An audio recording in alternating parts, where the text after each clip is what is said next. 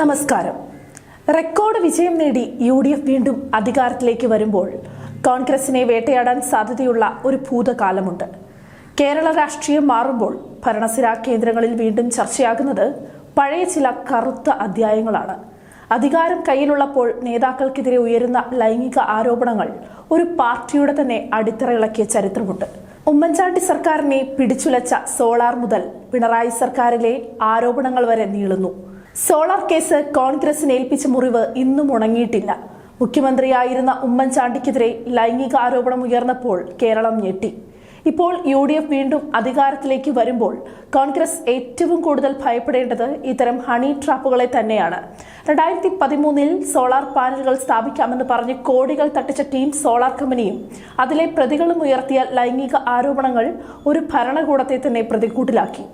മുഖ്യമന്ത്രിയായിരുന്ന ഉമ്മൻചാണ്ടി തനിക്ക് പിതാവിനെ പോലെയാണെന്ന് ആദ്യം പറഞ്ഞ പരാതിക്കാരി പിന്നീട് മൊഴി മാറ്റി അദ്ദേഹത്തിനെതിരെ ലൈംഗിക ആരോപണം ഉന്നയിച്ചു. പിന്നീട് ശിവരാജൻ കമ്മീഷൻ റിപ്പോർട്ട് വന്നപ്പോൾ അദ്ദേഹം കുറ്റക്കാരനല്ലെന്ന് തെളിഞ്ഞു. പക്ഷേ അതിനൊക്കെ മുന്നേ തന്നെ കേരളത്തിലെ മഹാഭൂരിപക്ഷം ജനങ്ങളും വിശ്വസിച്ചിരുന്നത് ഉമ്മൻചാണ്ടി അത്തരമൊരു വ്യക്തിയല്ല എന്ന് തന്നെയായിരുന്നു. എന്നാൽ ആരോപണങ്ങൾ അവിടെ ഒന്നും തീർന്നില്ല. AP അനിൽകുമാർ, ഹൈബി ഈഡൻ, അടൂർ പ്രകാശ് എന്നിവർക്കെതിരെയും പീഡന പരാതികൾ ഉയർന്നു വന്നു. ഇതിൽ ഏറ്റവും ഞെട്ടിക്കുന്നത് KC വേണുഗോപാലിനെതിരെയുള്ള വെളിപ്പെടുത്തലായിരുന്നു. മറ്റൊരു മന്ത്രിയുടെ ഔദ്യോഗിക വസതിയായ റോസ് ഹൌസിൽ വെച്ച് KC വേണുഗോപാൽ തന്നെ പീഡനത്തിനിരയാക്കിയെന്നായിരുന്നു പരാതിക്കാരി പറഞ്ഞത്.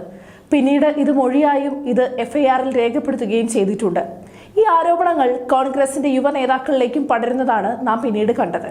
പെരുമ്പാവൂർ MLA ആയിരുന്ന എൽദോസ് കുന്നപ്പള്ളിക്കെതിരെ ഒരു അധ്യാപിക നൽകിയ പീഡന പരാതി വലിയ വാർത്തയായിരുന്നു.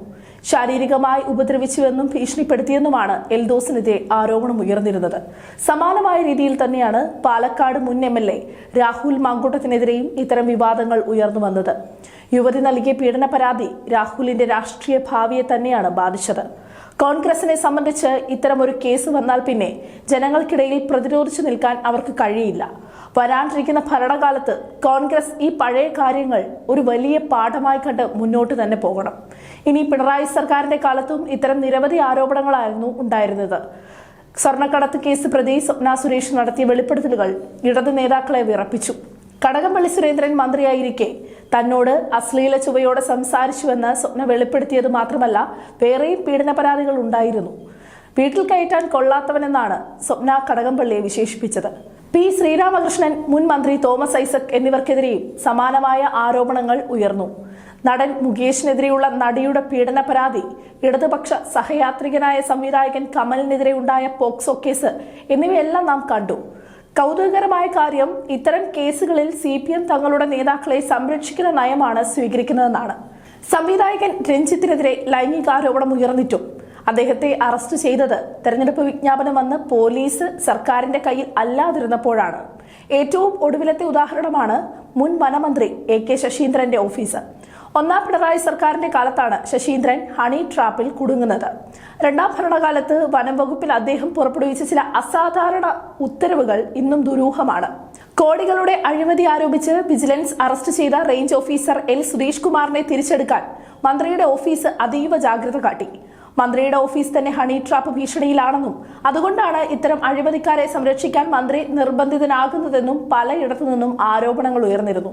ചുരുക്കി പറഞ്ഞാൽ, ഭരണത്തിലിരിക്കുമ്പോൾ കോൺഗ്രസ് പണ്ടത്തെ സോളാർ വിഷയം വലിയൊരു പാഠമായി തന്നെ കാണണം. CPM അവരുടെ നേതാക്കൾക്ക് സംരക്ഷണം നൽകിയേക്കാം. പക്ഷേ കോൺഗ്രസിന് ജനവിധി എതിരാകാൻ ഇത്തരം ഒരൊറ്റ പരാതി മതി.